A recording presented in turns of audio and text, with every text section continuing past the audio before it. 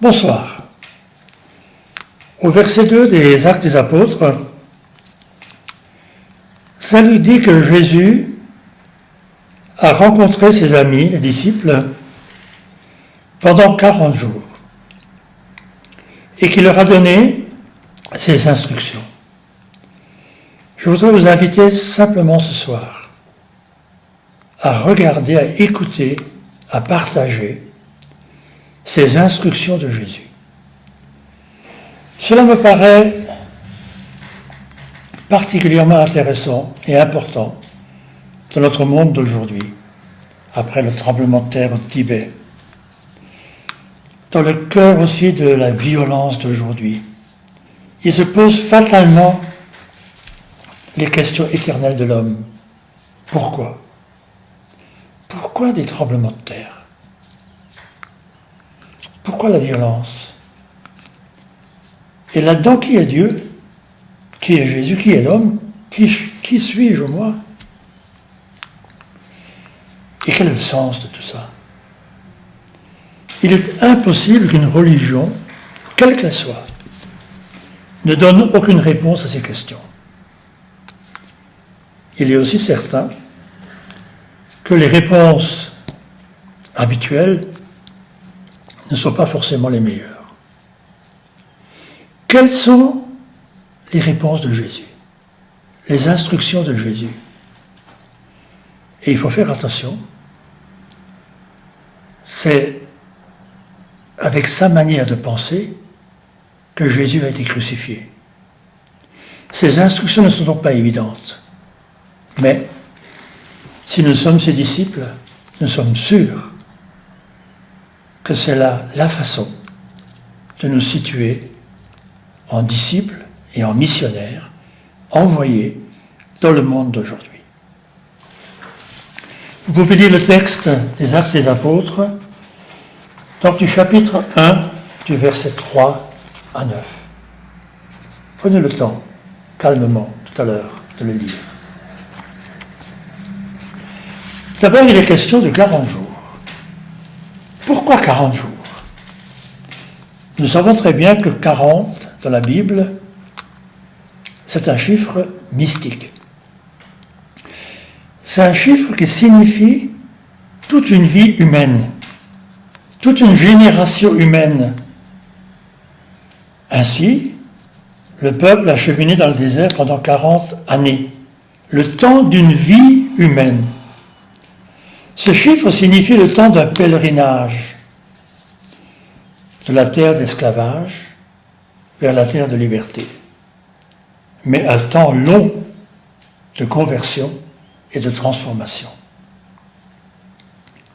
Jésus nous dit donc que toute notre vie doit être consacrée, engagée dans le combat pour un autre monde, pour un monde transformé, pour devenir véritablement ses disciples. Donc, si vous voulez un petit peu la première instruction que Jésus donne à ses disciples à travers cela, c'est faites de toute votre vie, à travers ces combats, ces joies, ces peines, un pèlerinage vers la terre promise, vers la vie, un pèlerinage de la confiance. Il est ensuite surprenant, si vous regardez bien, que Jésus va parler à ses disciples du royaume de Dieu pendant 40 jours. Dès que Jésus vient quelque part, il parle de l'unique préoccupation de Dieu, de son unique préoccupation à lui, c'est que vienne dans le monde son royaume. Ceci engage toute une vision du monde, la vision de Dieu. Si Dieu crée le monde, c'est pour le faire avancer, pour lui faire un cadeau qui l'amène à son accomplissement. Est-ce que nous avons cette vision de la vie humaine, de la vision du monde, qui est une vision à la manière d'un Teilhard de Chardin, où le monde évolue à travers toutes les difficultés, à travers toutes les embûches, vers l'accomplissement promis par Dieu. Cela engage aussi un sens à notre vie. Nous ne pouvons pas partager cette vision sans y croire, sans nous y convertir, sans nous engager, sans y prendre part, sans concrètement voir tout ce que réalise l'homme, voir le bien et non pas seulement le mal. Cela engage une attitude, une morale, qu'on pourrait appeler une morale de la responsabilité. En fait, la deuxième instruction de Jésus, c'est partager la vision de Dieu sur le monde, sur la vie, partager le combat du Christ pour que cette vision de Dieu se réalise et que ce soit une réussite véritable pour tous. Et ensuite, une chose étrange, Jésus demande à ses disciples, contrairement aux autres évangiles, de ne pas quitter Jérusalem. Il leur dit, restez là 50 jours. Pourquoi faire? Quand ils ouvrent les fenêtres et les volets de leur cénacle, ils ont devant eux la colline du Golgotha. En fait, Jésus leur dit, restez 50 jours à contempler le spectacle du Golgotha. Et Saint Luc parle explicitement de spectacle. Le spectacle de l'amour crucifié. Le spectacle de la vie donnée. La manière dont Dieu sauve le monde. La voie, le chemin de la venue du royaume. Comment Dieu s'y prend pour sauver le monde. Ce n'est pas un chemin de violence, ni de puissance. Le trône de Dieu, c'est l'amour. Jésus dit à ses disciples que sans ce contact long, prolongé de contemplation avec lui-même, eh bien nous restons des rapaces. Nous ne nous transformons pas. L'homme est un animal terrifiant, redoutable pour les autres.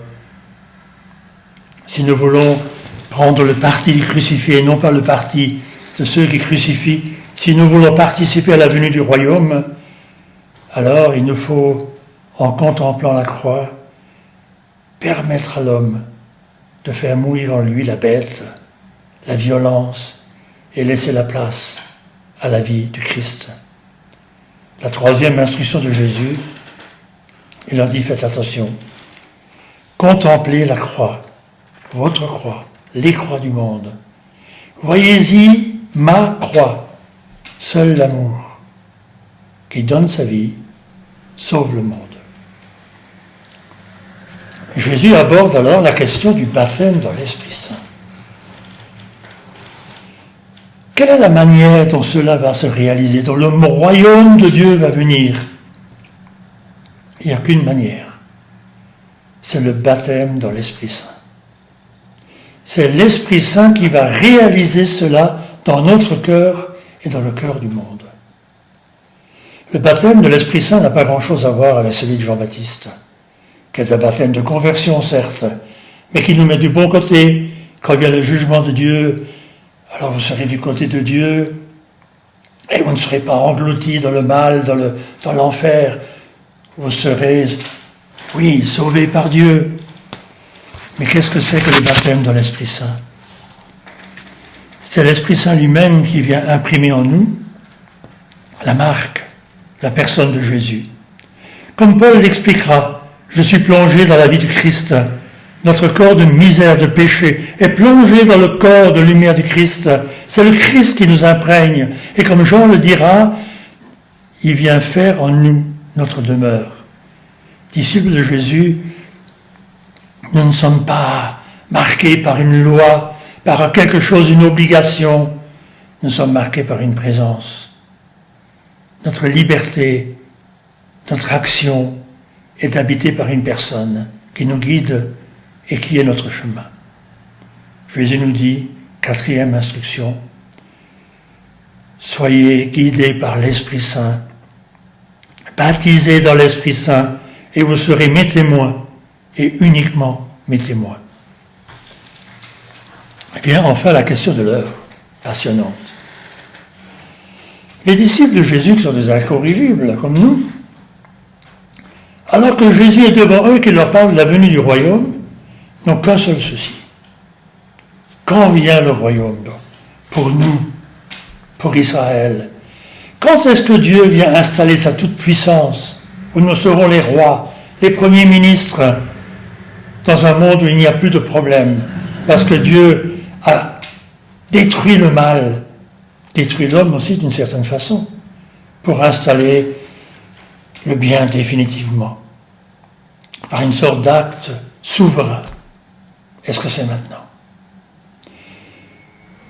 Alors Jésus ne répond pas directement aux soucis des disciples, car il sait bien que Dieu ne vient pas installer son royaume de cette façon. Mais il répond à la question de l'heure. Oui, c'est quand le royaume de Dieu? Nous avons été habitués à penser que le royaume de Dieu vient lors de notre mort, parce qu'on va entrer au ciel. C'est ça qu'on nous a beaucoup prêché. Mais ce n'est peut-être pas ça qui intéresse vraiment Jésus. Ce qui l'intéresse, c'est l'heure maintenant. La liberté de Dieu, c'est quoi? C'est de nous permettre à nous maintenant de nous laisser baptiser, de nous laisser convertir, d'y adhérer, d'accueillir le cadeau de Dieu. L'heure de Dieu, c'est le moment où un humain accueille le royaume, accueille l'Esprit Saint, même parfois sans le connaître, accueille sa force, la force de la conversion véritable, qui le rend capable de pardonner à ses ennemis, de faire venir le royaume. L'heure, c'est celle de la conversion. L'heure libre de la conversion. Maintenant, chaque fois que je décide que ma vie est sous le signe de la vie donnée, alors le royaume vient. Et c'est maintenant. D'où la cinquième instruction du Christ. N'attendez plus. N'attendez pas demain. Évangélisez maintenant. Et vous serez mes témoins jusqu'aux extrémités de la terre. Voilà. Demandez-vous la question, ces instructions de Jésus sont-elles pour vous, dans le monde d'aujourd'hui, dans nos vies d'aujourd'hui, des dynamiques de naissance, de renaissance, de croissance? Et quelle vous semble être l'instruction la plus urgente à mettre en œuvre maintenant? Bonne soirée et bon partage.